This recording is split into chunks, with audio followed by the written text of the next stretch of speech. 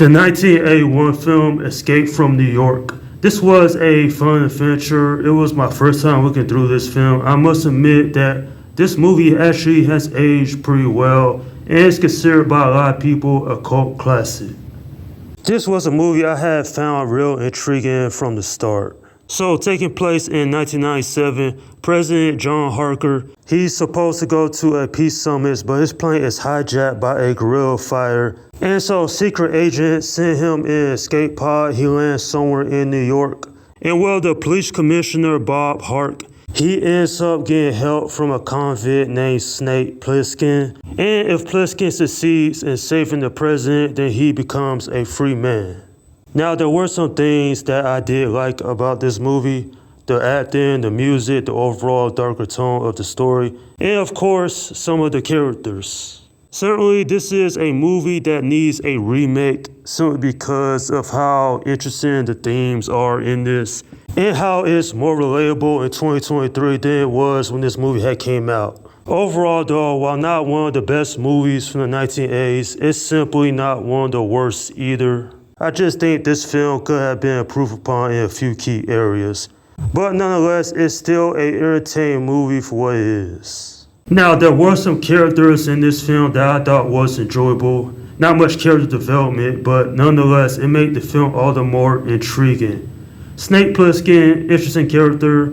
Kurt Russell did a great job playing his character here. And it reminds me of Solid Snake from Metal Gear Solid 2, Sons of Liberty, especially the name Plissken, because that's what the code name Solid Snake used in that video game. Another interesting thing I found out is that Hideo Kojima actually used this movie as influence for his work on the Metal Gear Solid franchise, which I thought was pretty cool.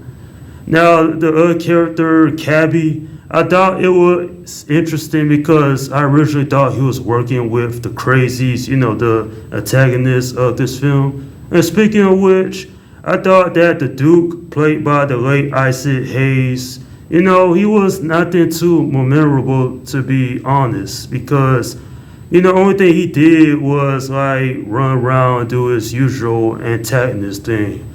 He wasn't an interesting villain is what I'm really trying to say.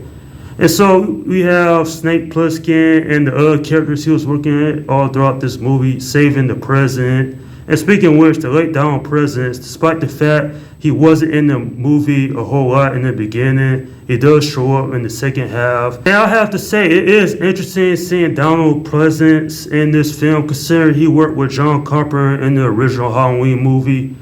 But I always thought he was a good actor, and it shows in this film. Overall, though, this is an entertaining movie. It certainly was interesting for the 99-minute runtime. And while some things could have been improved, like the action scenes and the story could have been a little bit better in my opinion, I still had a good time regardless. I'm giving this movie a 7 out of 10. I found this one pretty decent, nothing special, and considering the action films that came out in the 80s. And there wasn't any character development for Snake Plissken. If I would have found out what he did to get locked up in the first place, if this movie would have explored his backstory, then I probably would have enjoyed this one a little bit more. Still though, this movie is fun, it's campy, and I also wasn't surprised that this movie was rated R considering the PG-13 rating hadn't existed yet. At the end of the day, if you haven't seen this cult classic film, then definitely check it out because it is worth sitting through. And that is my review of the film Escape from New York. Okay, leave your comments down below in the section and let me know what you think about this movie.